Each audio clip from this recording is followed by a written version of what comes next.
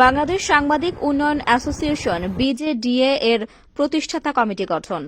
চট্টগ্রাম নগরীর পাহাড়তলী থানাধীন অলঙ্কার মোড়স্থ হোটেল জামান অ্যান্ড রেস্টুরেন্টে বাংলাদেশ সাংবাদিক উন্নয়ন অ্যাসোসিয়েশন বিজেডিএ এর অভিষেক অনুষ্ঠান সম্পন্ন হয়েছে।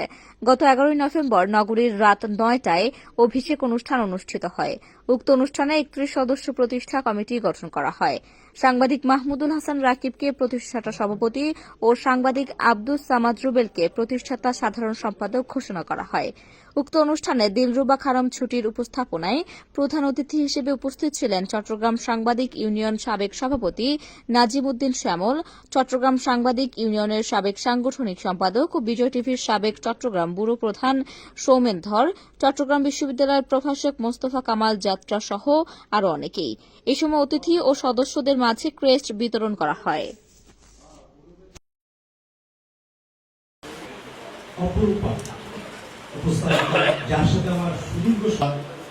কলমের যোগ্যতা থাকে তাহলে লিখে যাবে উন্নতই অনেকটা হিসেবে সাংবাদিকদের প্রতিনিধি হিসেবে সাংবাদিকরা হচ্ছে আমাদের প্রধান অতিথি থেকে শুরু করে বিশেষ অতিথি এবং আমাদের এখানে